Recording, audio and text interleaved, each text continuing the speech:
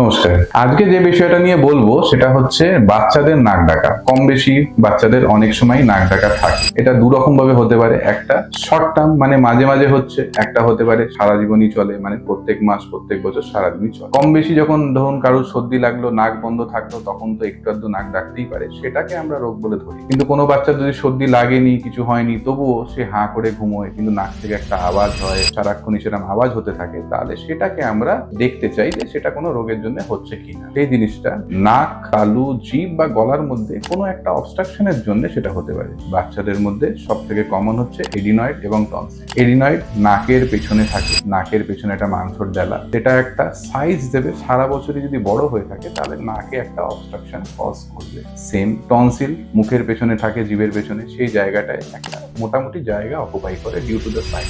সেই সাইজটা যদি বিশালভাবে বেড়ে গিয়ে থাকে তাহলে সেই হিসেবে সেই জায়গাটা একটা মোটামুটি অবস্ট্রাকশন কজ করবে, সেই হিসেবে নাক ডাকা হবে। তো বাচ্চাদের মধ্যে সব থেকে কমন নাক ডাকা, সারা বছর নাক ডাকার একটা কারণ বড় এডিনয়েড বা বড় টনসিল।